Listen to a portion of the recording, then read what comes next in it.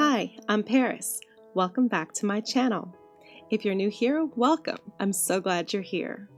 Today's video is going to be a little different. Today we are touring my Hardmode Island of Nevermore. You may be asking yourself, what is a Hardmode Island? Well, back in January of this year, 2023, another YouTuber by the name of Nintentalk, aka Pat, created the rules for Hardmode ACNH along with the help of his community. Together they created these rules that you're now seeing on my screen, and this infographic was kindly updated by Console Kato. I will link both of their channels in the description. If you're one of the many that were lucky enough to join hard mode, you basically played Animal Crossing with this harder set of rules. It sadly is no longer a thing. It ran its course, but it was just so amazing to see all the Animal Crossing community come together and just really be excited for the game again. As I didn't get to appreciate it in 2020 when it first came out, it was really cool to be a part of this time. I played long enough to get this island to 5 stars, and then I kind of laxed the rules a bit for myself. I wanted to be able to get the villagers that I wanted to set the DA. I figured once I got it to 5 stars, that was good enough. But honestly, it just made a ton of new friendships and got a lot of people out of their comfort zone and into their creative seat and creating new custom pathing left, right, and center. So come on, let's go see what I was able to create.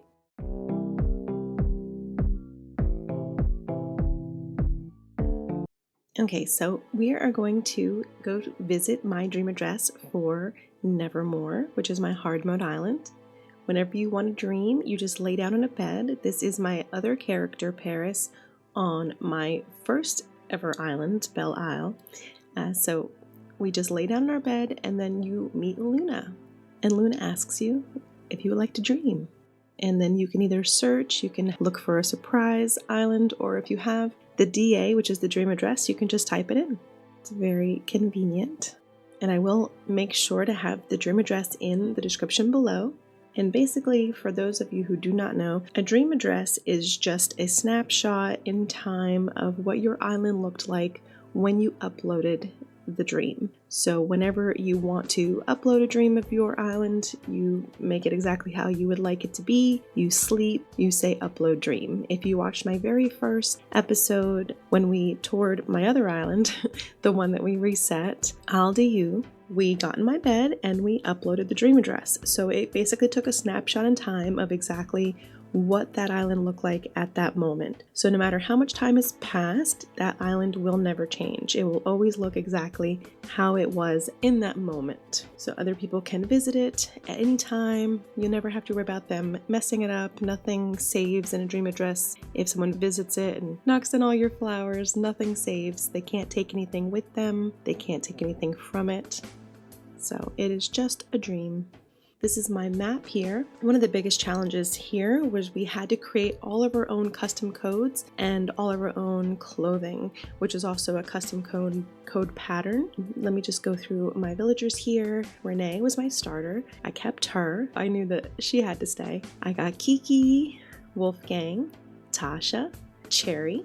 Cherry is the first ever and only dog I've ever had as a villager, and I absolutely love her. Jacques, which I wanted for this island since the very beginning, and I took so long to get him. Nan, Punchy, Roscoe, and Bruce. As you can tell, there's a very dark palette here. I wanted to have a lot of dark villagers. The whole theme of Nevermore was the Edgar Allan Poe Fairytale Storybook Island. There's a lot of Cottage Core / Fairy Core, very dark and dreary sort of vibe going on in this island. So there are gifts. You can leave gifts for people when you set a DA. Let me just start at the beginning and show you my little flag here that I did create. Nevermore. Okay, so let's see what gifts we have. Oops, sorry, Jacques. Okay, let's open up some goods. And these will still stay here for the next visitor, so just because I'm picking them up now, they still will be here. So before I said that I had created every one of the custom codes, custom patterns on this island, so everything you see on the ground, the flowers, the dirt, all that was something that I've created and put on the ground there. and I will show you my creator code. So if any of you would like to use any of my codes, you're more than welcome. And we're gonna go through and see what outfits I left for myself. Okay. Ooh, steampunk dress. Punk boots. I have a lantern. That's very cute. And a steampunk hat. We're just gonna go the whole steampunk view. Got a beret, mage's robe. Okay, we're doing steampunk today. How does that look? We're gonna take a little photo of us. How cute is that? She is styling. Oh, you blinked.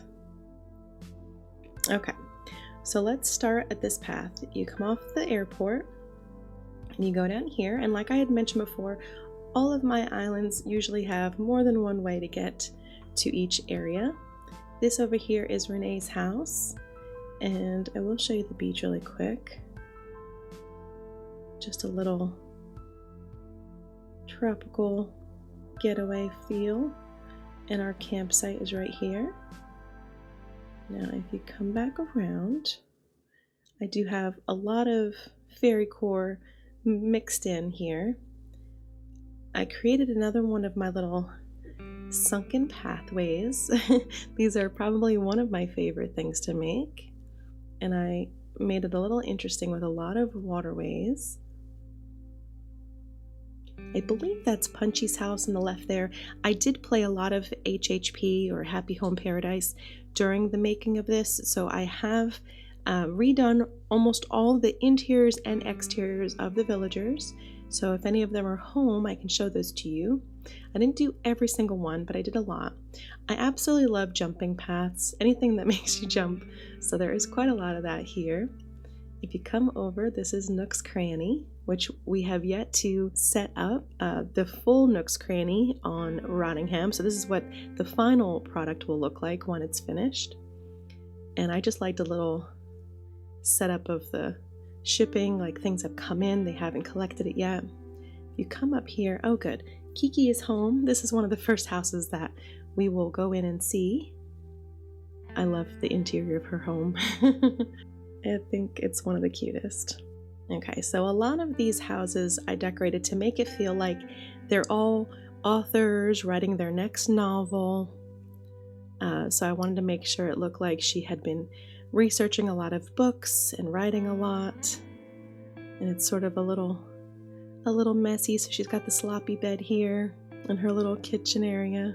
I just thought that was super cute. So, a little old-fashioned with her typewriter. She's probably very confused, but she's one of my favorites. Okay, and then if you come through, let's see, we'll go the back way. So if you come up here, we have some pretty decorative areas. If you come on this side, we have a little fishing area, and we have an outdoor theater, so you can have some popcorn, watch a movie, and you can also look at the stars, gaze a little. You come back around. And when I say that I did every custom code, even this little droplets that are underneath the duck, I made that as well. The little pathing up here, I guess it'd be like a wooden path right here. Papers that are on the floor, and even little sparkles that you see, the blue and white sort of fairy sparkles. And up here I have another little stargazing campground. So you can come up here whenever there are shooting stars. It's one of the best places to see them. And again, if you don't know, Animal Crossing does have certain nights where there's shooting stars. I have my fake moon over here and the drop stars everywhere, which is pretty cool. You can go out the back way, but I will show you the front way first. So if we come through here, this here is our little mining cave, and this here is Cherry's house. I thought her house was pretty cute to begin with, so I don't know if I needed to do much to hers. Now just to show you how it looked if we came up, to the right here was Kiki's house, and if we were to come, and also to the right here is Nook's Cranny, so if we were to come up the middle, then we would come straight up this ramp, and that's where we see the ruined arch. To the left over here is Bruce's house, yeah. And he's not home, so we can't go in there, but I honestly don't think I did his house either, so that's okay. Now here, if you wind through, you'll see I have a three-way intersection of bridges. And this is just sort of the little back way, and this little weaves through and brings you back to the stargazing. So that's just another way to get through. And if you come to the far left, I swear Jacques is stalking us through this whole tour here. You come down, this is our little secret beach, which you guys may not know. The secret beach is where Red will eventually visit us on Rottingham, which I need access to. I don't know if I've actually even found it on my current island, but he will dock his boat here, and you get to purchase artwork from him that can be fake sometimes. Some what is it called? Forgery. Some forgery artwork. And if you are careful enough to weave through, we have part of a cemetery going on over here, which continues up on the cliff there, but I'll show you the proper way to get there. If we go back around and go to the far left. Now this here is supposed to be like a thick, spooky woods, in my theory.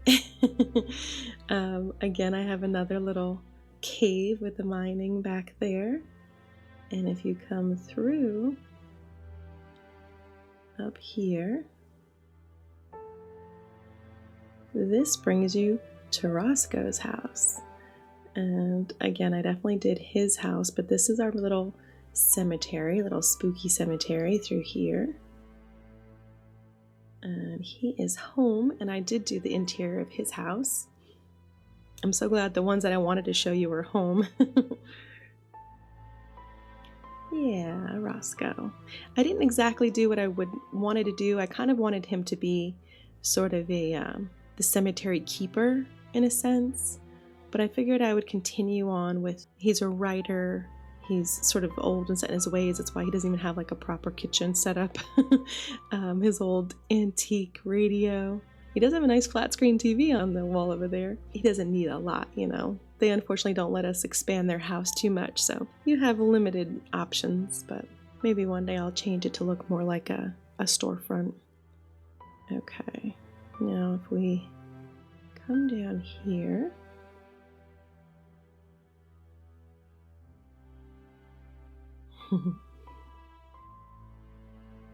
now this is a good fishing spot, but then also this brings you to Nan's house. Nan is our potionist, or others might call her a witch, depending on what your beliefs are. But Nan is a sweet, sweet, sweet lady who just wants to make some concoctions for everybody.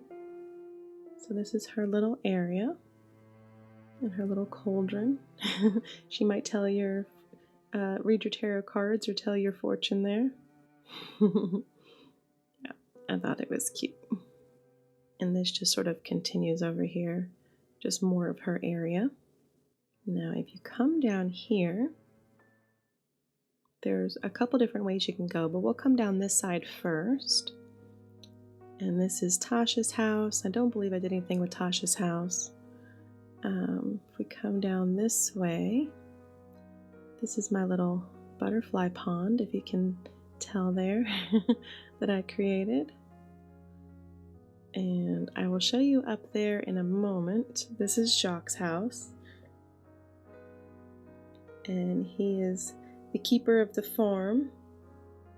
Part of the hard mode is you had to have, if you had a farm, you had to have quadrants of 9 of each, and you were only able to pull them if there was 3. So all of these I wouldn't have been able to pull and sell, because none of those are 3, or bushels of 3.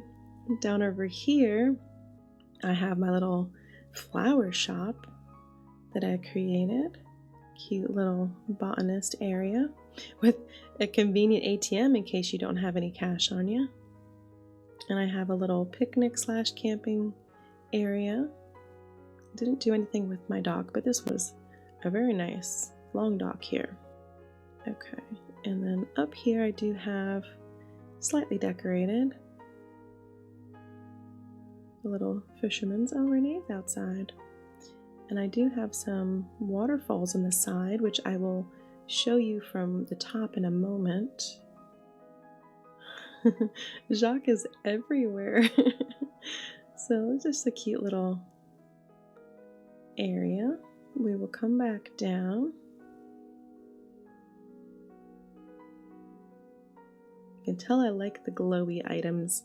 Hi, Renee. She's so pretty. Okay. Now we are going to actually go up this way. And this is one of my favorite areas. This had several different recreations of it. There's also a way you can get there from behind Jacques' house. So if you come up this little windy path here. Actually, before we go up there, tell me in the comments if you know what this is referencing here. If this looks familiar, or you can tell me what this is meant to be, you get bonus points. Okay, so we come up here, and Wolfgang isn't home, but this is Wolfgang's house. If he's ever here, if you come to visit and he's home, I did decorate his house. I didn't have to do too much, but so there's a lot of jumping. This down there was that fishing spot I showed you, but if you come through, you can either cut through here and take the stairs. You should be able to jump through pretty much all of this. And I don't remember. Yeah, I think you have to come from the other direction. There we go. And then you can come down, and that brings you right back by Roscoe's cemetery. So it's just a cute little cut through. But then if we go back to this first bridge, you can go left or right, but left is my house. And I have a majority of this house decorated, so I'll show you some of it. This is my main living quarters.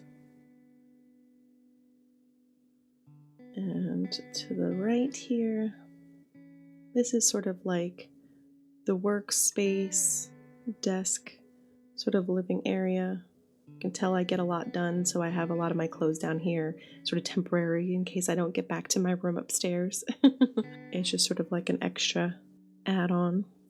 You'll have to forgive me. When having multiple islands, it's kind of hard to remember where each room was on each island. The little den. So this is sort of like workshop, another writing area.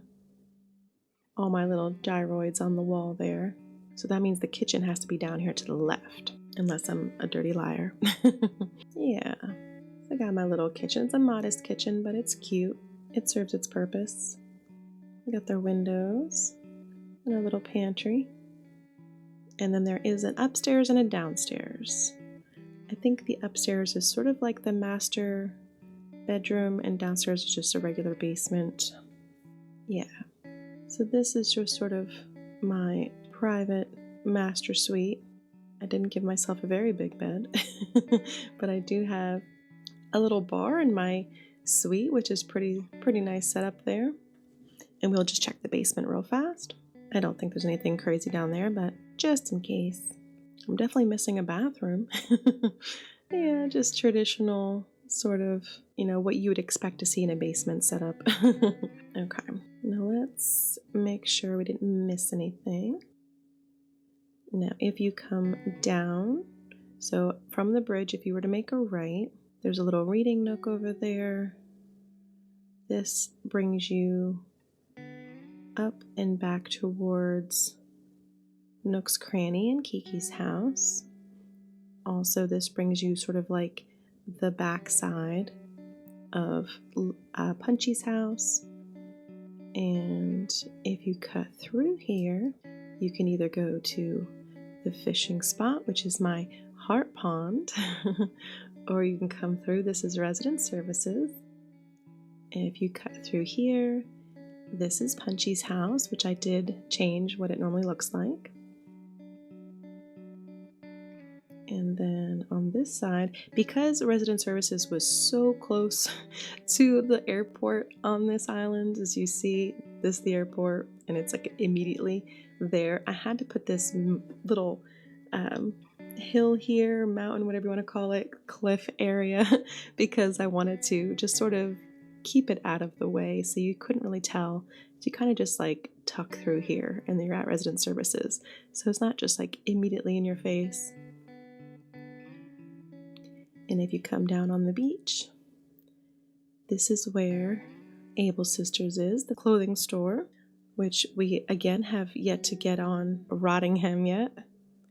And this is just sort of a little writer's nook. You can tell someone's been up here trying to write their next best novel. And if you cut through here, this is our museum, which brings you can go many different ways to get there. But that is pretty much it. I think we've seen everything. The only other thing is maybe down, if we were to not cut through the sunken pathway, if we were to come around past the campsite, it just sort of is a windy little road over here. So, cute little area, all lit up. Yeah. But I liked it. I loved the challenge. It was very fun having our weekly markets and auctions in order to get items. And once I hit 5 stars and a lot of people started to slow down on playing this, then I just sort of let myself go to Treasure Islands and do whatever. But I did get to 5 stars on just following all the hard mode rules. One thing that stinks is when you're in a dream, you can't see all of the messages that people left me when they visited, but every time somebody would come, they would need to double check that I was playing hard mode. So I had that on there, but if I'm ever able to show you the actual island, there's actually loads of letters from everybody on my board, which it stinks that they don't let you see that in a dream. But what I will show you is my designs. If you were to come here, you can view these. You can also type in my creator code and you will be able to use any of these in any future builds that you create. You see on the bottom left there, that is my creator code. So as you see, all of these pathings have multiple spots, multiple iterations of each one just to make one path. And then if you don't recall, I did have a natural ramp going up and then back down for the sunken pathway, and it seemed a little funny that there was like stone on the one going up and stone on the one going down, and there was sort of a missing stone in the middle, so I had to actually create my own, which I think blended in pretty well. I had my blanket path here, the flag, a couple different puddles, and this is sort of a 9-piece path code. There's a couple alternative corners. I have my actual eyebrows that go on my face, my railroad tracks, log stump, pixie dust, both the letters. And then there's a couple different paths if you want to make them long or skinny, and I had some with the flowers on them and alternative centerpieces, and then also some alternative flowers and leaves. And every single one of these, I had to create every little pixel that you see on these. So they were very time consuming. As you see the image on the right side there, I had to put in every single pixel, every single color. So they're not perfect, but I'm still very proud of them. I want to show you the dresses that I made, which it's funny because this is the first islands that I ever wore dresses. I actually always wore the torn jeans and every other one before. But because we had to create our own clothing, the dresses seemed like the easiest thing to make, I guess. And I found some patterns that I was able to sort of mimic. So again, you can use any of these codes and wear the outfits yourself. So I really hope that you enjoyed this little tour. I wanted you guys, oh wait, let's see. She's wearing the Mimikyu dress right now. Let's say hello. We're all stories in the end. That is very true. Hi Paris, it's Paris. Look, the two of us. together again. But I do hope that you enjoyed this tour and you enjoyed my island of Nevermore. I would love for you guys to visit the DA and let me know your thoughts. Please, if you like this sort of content, consider subscribing. I know there's a good portion of you that watch my videos but are not yet subscribed. I'll hit that like button as well if you haven't already. And I will hopefully see you on the next episode of Rottingham, where we will meet at least the first villager that we chose, Weber, and hopefully get a little bit closer to getting resident services built. So I will talk to you guys in the next one. Bye!